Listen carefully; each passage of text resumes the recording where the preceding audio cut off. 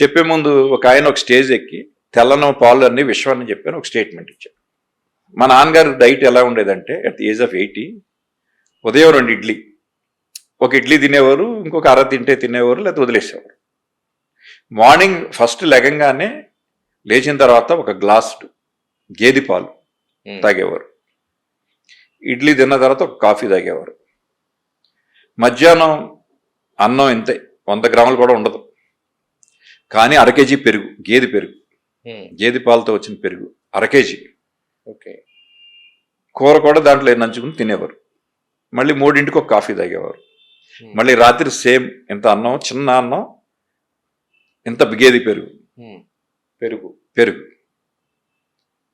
ఇది life style.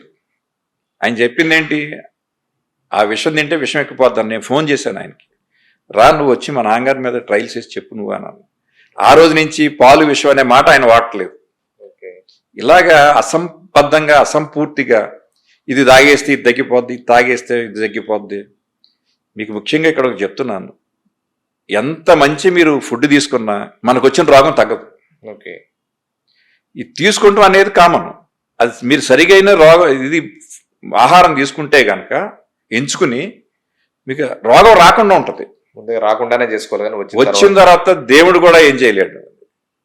ఇది సరి చేసుకోండి అందరూ కూడా. అది తింటే తగ్గుద్ది, తగ్గడం కాదు కదా, అది ఒకటే రకమైనటువంటి తీసుకుంటే ఇంకోటి వస్తుంది. ఓకే.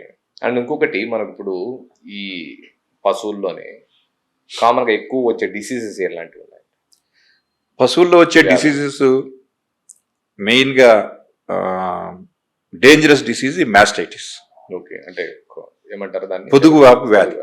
ఓకే. ఈ బ్యాక్టీరియా పడుకోవడం వలన, బ్యాక్టీరియా అంటే షెడ్ అంతా మనం క్లీన్ చేస్తారు, ఎంత క్లీన్ చేసినా కూడా అది ఎక్కడో చోట ఉంటది.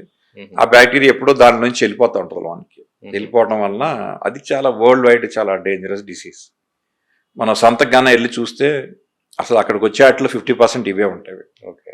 అంటే రైతు సడన్ గా అటుదిట ఇవ్వటానికి కారణం ఈ డిసీజ్. జునైల్ డిసీజెస్ అంటే నోటి నుంచి సొంగబడేవి, అవన్నీ ట్రాన్స్ఫార్మేషన్ అవుతూ ఉంటాయి. వాటికి ఏంటంటే ఎవ్రీ 6 months మనం వ్యాక్సిన్ వేసుకోవాలి. వ్యాక్సిన్ పర్ఫెక్ట్గా వ్యాక్సినేషన్ ఉంటే బాగుంటుంది. ఆ వ్యాక్సినేషన్ కూడా మనం కొనుక్కున్న దగ్గర నుంచి మన ఇంటికి తీసుకొచ్చేదాకా కోల్డ్ చైన్లో తీసుకురావాలి. మన పిల్లలకి పోలియో డ్రాప్స్ వేస్తారు, చూడండి బస్ స్టాండ్ దగ్గర అక్కడ జనరేటర్స్ పెట్టి కూడా కోల్డ్ చైన్ మెయింటైన్ చేస్తారు. కానీ ఇక్కడ ఎవరు కోల్డ్ చైన్ మెయింటైన్ చేయరు, మామూలుగానే పాపం తెలియదు.